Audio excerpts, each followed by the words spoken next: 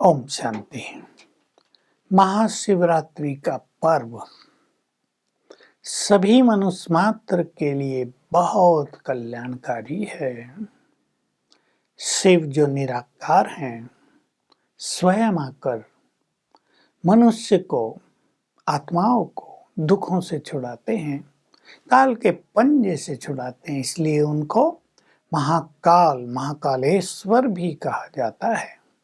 लेकिन वे निराकार हैं। ब्रह्मा, विष्णु, शंकर के भी रचने वाले हैं। ध्यान दें, शंकर महादेव के भी रचयिता हैं, निराकार परमात्मा। तीनों देवों के रचने वाले हैं। तो महादेव जी और शिव दोनों अलग अलग हो गए। एक रचने वाला, दूसरा उसकी रचना। तभी तो महादेव जी को तपस्या में दिखाया गया है। परमात्मा तो संपूर्ण है, उसको तपस्या की जरूरत नहीं होती। उससे सब योग युक्त होकर श्रेष्ठ बनते हैं, पावन बनते हैं। अब उनको आना है विश्व कल्याण के लिए, युग परिवर्तन के लिए। तो कैसे आए? उसके मंदिरों में भी नंदीगण दिखाते हैं।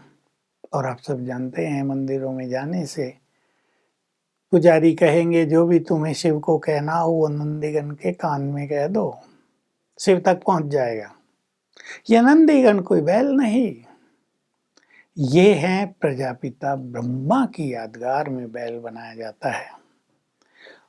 परमात्मा उनके तन में अवतरित होते हैं। देखिए, जैसे आत्मा को बोलने के लिए, कर्म करने के लिए मनुष्य शरीर चाहिए ना हमें।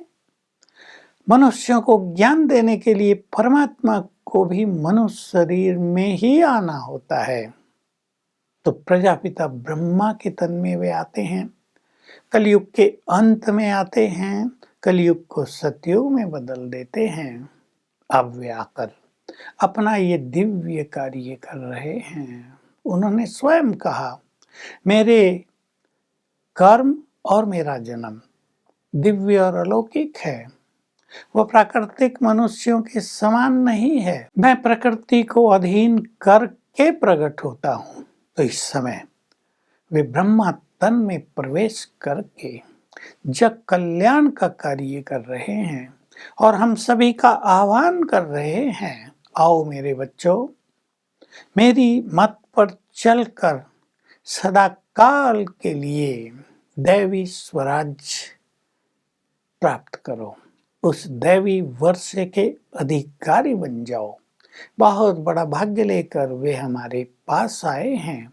अब हमारा कर्तव्य है कि उनकी बात मानकर हम उनसे अपना सर्वश्रेष्ठ दैवी स्वराज्य, ये परम श्रेष्ठ भाग्य भी प्राप्त करें और उनसे मिलन का भी परम सुख प्राप्त करें।